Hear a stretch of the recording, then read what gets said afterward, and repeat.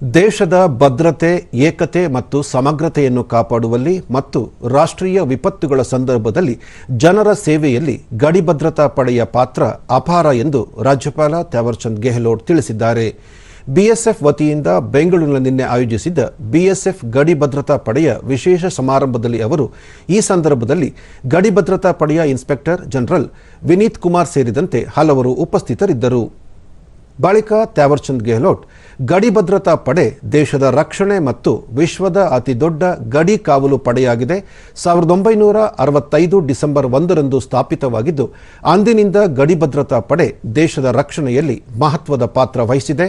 1971ರಲ್ಲಿ ಪಾಕಿಸ್ತಾನದ ವಿರುದ್ಧದ ಯುದ್ಧ ಮತ್ತು ಬಾಂಗ್ಲಾದೇಶದ ರಚನೆ ಮತ್ತು 1999ರಲ್ಲಿ ಕಾರ್ಗಿಲ್ ಯುದ್ಧದಲ್ಲಿ ಶೌರ್ಯ ಸಾಹಸಗಳನ್ನು ಪ್ರದರ್ಶಿಸಿದೆ ಎಂದು ಶ್ಲಾಘಿಸಿದರು. ಗಡಿ ಭದ್ರತಾ ಪಡೆಯು ದೇಶದ ಗಡಿಯಲ್ಲಿನ ಸವಾಲುಗಳನ್ನು ಸಮರ್ಥವಾಗಿ ಎದುರಿಸುವ ಸಾಮರ್ಥ್ಯ ಹೊಂದಿದ್ದು, ದೇಶದ ವಿಶ್ವಾಸಾರ್ಹ ಸಶಸ್ತ್ರ ಪಡೆ ಎಂಬ ಹೆಗ್ಗಳಿಕೆಯನ್ನು ಹೊಂದಿದೆ. ನಕ್ಸಲ್ ಚಟುವಟಿಕೆ, ಭಯೋತ್ಪಾದನೆಯ ಸವಾಲುಗಳನ್ನು ಸಮರ್ಥವಾಗಿ ಎದುರಿಸಿದೆ.